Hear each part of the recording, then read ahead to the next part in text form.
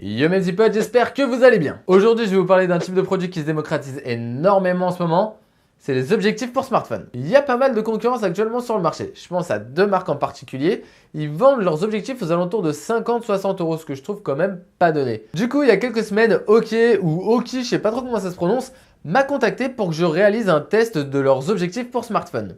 Ils vendent principalement des produits orientés tech à des prix vraiment pas dégueux. D'ailleurs, je vous mets le lien de leur boutique avec tous leurs produits dans la description. Oki vend son kit de base de 3 objectifs.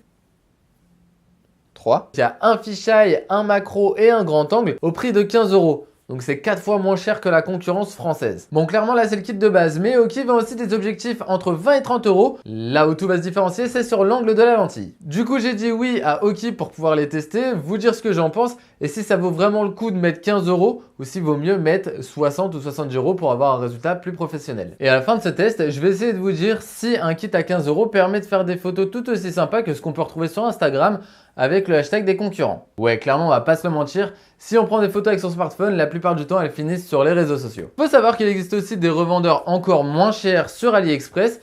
Je le sais parce que j'en avais commandé il y a quelques années maintenant.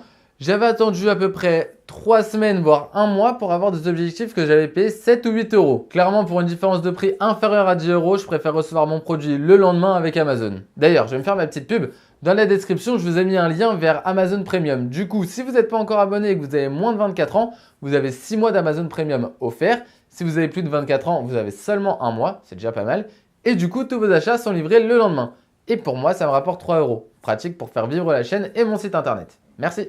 Ce que j'ai aimé avec ce petit kit d'objectifs, c'est que tout d'abord, ils sont livrés avec une petite coque de protection assez robuste, remplie de mousse à l'intérieur, du coup qui protège vraiment bien les objectifs et la pince. En plus de ça, c'est livré avec un mousqueton idéal pour mettre à la ceinture. Ok, c'était clairement une phase de beauf. On va commencer avec l'objectif fisheye sur la caméra avant et sur la caméra arrière. C'est mon préféré, mais malheureusement, il a un gros défaut et assez important en plus. On a vraiment un effet arrondi. Bon, on voit les bords. Moi j'aime bien, après c'est une question de goût. Le gros problème avec cet objectif en particulier, c'est que les mouvements sont amplifiés. Du coup, on a l'impression de ne pas avoir de stabilisation du tout sur notre smartphone. C'est vraiment pas l'idéal. Heureusement, ça ne fait pas du tout cet effet de tremblement sur la caméra avant et l'effet est vachement cool. Maintenant, on passe au grand angle. À ce moment-là, j'avais mis l'objectif grand angle sur la caméra avant de mon smartphone.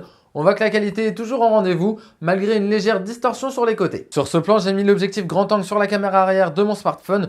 On voit que les couleurs sont toujours au rendez-vous, on a toujours un beau rendu, malgré encore une fois une légère distorsion sur les côtés. Et pour finir, la macro. Vous vous doutez bien que j'ai pas mis l'objectif macro sur la caméra avant de mon smartphone parce que c'est pas vraiment utile. Donc elle est restée que sur l'objectif arrière de mon téléphone. Je me suis vraiment éclaté avec celui-là, j'ai pu faire des photos vraiment sympas. Clairement, je n'aurais pas pu les avoir avec mon smartphone sans ces objectifs. Comme on peut le voir avec cette fourmi, la mise au point peut se faire sur d'autres détails. Bon là c'était que des vidéos, si vous voulez les photos elles sont sur jimmy.fr, j'ai fait un article à ce sujet. Pour voir la différence entre mes objectifs et ceux à plus de 60 euros, je suis allé tout simplement sur Instagram, j'ai tapé le hashtag de la concurrence pour voir un peu ce que ça donnait. Et clairement je me suis aperçu que peu importe la marque des objectifs, c'était la même lentille et qu'on retrouvait les mêmes défauts et les mêmes qualités sur mes photos que sur les photos qu'on retrouve sur Instagram. En plus de ça sur Instagram, la photo est compressée, du coup même s'il y a une différence, elle est vraiment minime. Je suis clairement pas là pour dénigrer la concurrence, je suis là pour parler des objectifs qu'on m'a fournis.